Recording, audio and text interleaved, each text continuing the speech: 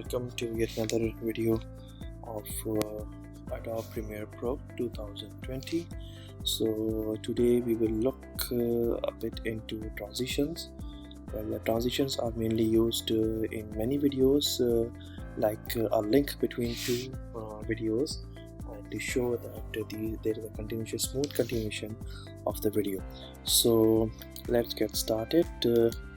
Let me clear the transition from here. Okay, I have imported two videos, a part of videos, and I have only extracted their video only without any audio.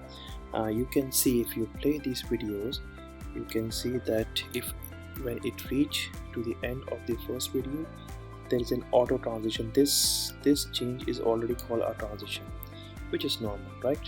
But it happens so fast that you can hardly notice, right? So transitions can be sometimes useful, and sometimes it looks over if you put too much of the transition in a single video. It crosses the professional boundary if you put each and every, like if you are making a slideshow for pictures and you insert too much transition, then it looks unprofessional.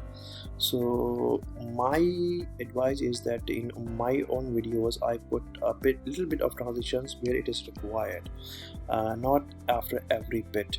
If a video is too long, okay, the transition is okay. If it is too short or in just about a second, so you can go with the default transition, or there are some transitions which are good enough so nobody can notice, like this is itself is a transition which turn into another video. Means the another video starts and you would hardly notice that there is a transition. Like, okay, to get into transition, what you can do is that to get into a transition, you can do that just when you hover over the end of the first video or the end of the last video, you can see this mark. So right click it and apply default transition. Okay, what is apply default transition? Like over here, the default transition is cross fading, and which you can see if I play the video, like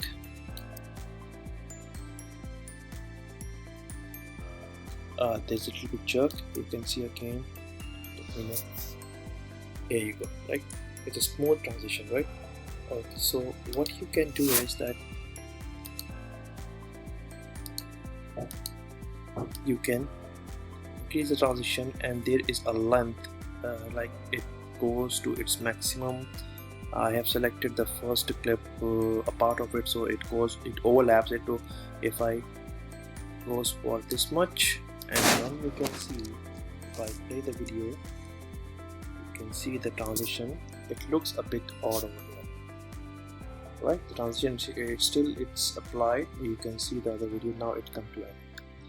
So what you can do is be it on its default, and you can apply the transition even from here also. And if I if I remove the transition, you can go from this project window, scroll here, and here you can see effect, right?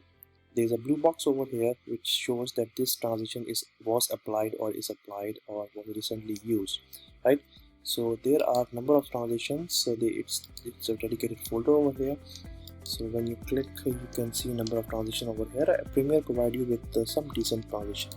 So the dissolve which we just applied is over here, and what you can do, if you right click it, you can set as default transition. If I set this dip to black, it's like default transition, you can see that if I apply default transition, now the scene will change into black for a moment and then back to second scene, right?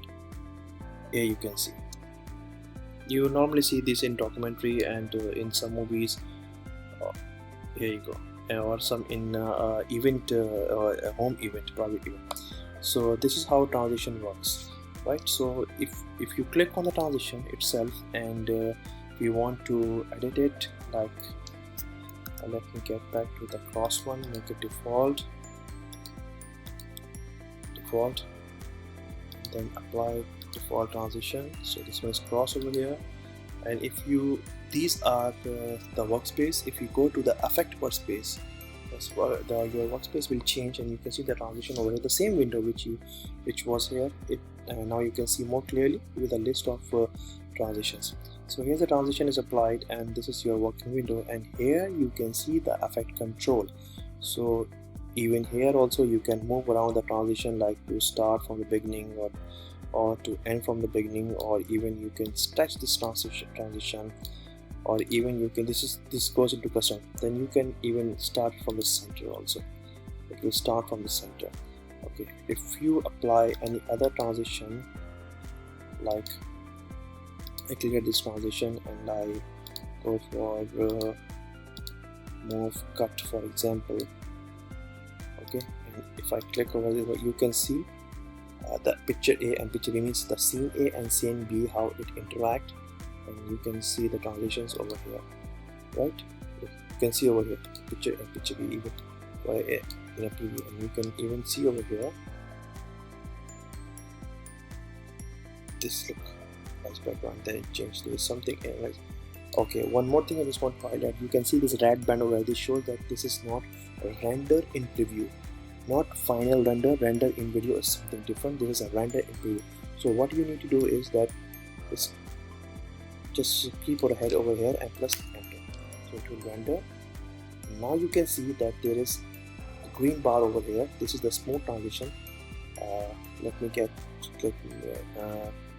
You can see okay. So this show there's something wrong with it. I can try another one. Let me try with this a different transition. Let me put on a zoom one. Okay. Cross zoom. This is one of my favorite.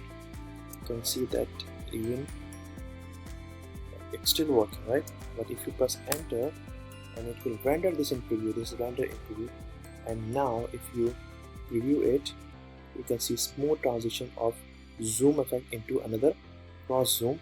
There you go. There you go. So this is somewhat short video or transition. You can try different transitions, but remember, do not try much of the transition until it looks unprofessional, right? So there are also other transitions available online for free, or you can pay for them on different websites. Most of them offer very good transitions.